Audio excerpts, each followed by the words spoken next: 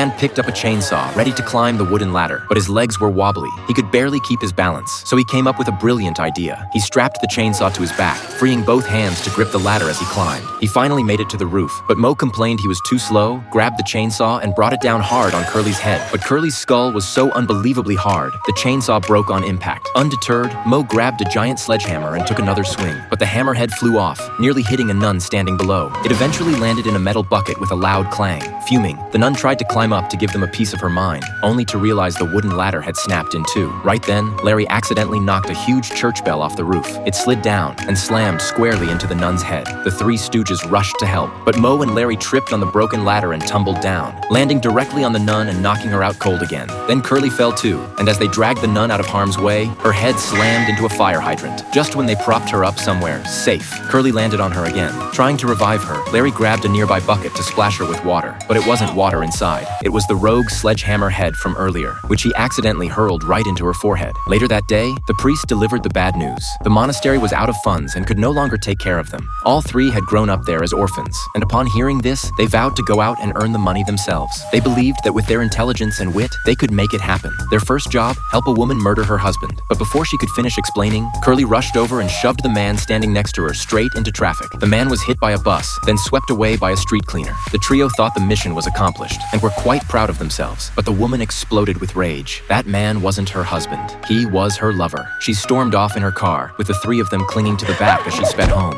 There, they overheard the butler say the injured man had been taken to the hospital. Thinking the job wasn't finished, they rushed to the hospital to finish the job. The moment the man saw them, he panicked and hid inside a full-body cast, but they still found him. Mo lit a giant firecracker and tossed it into the cast. Boom!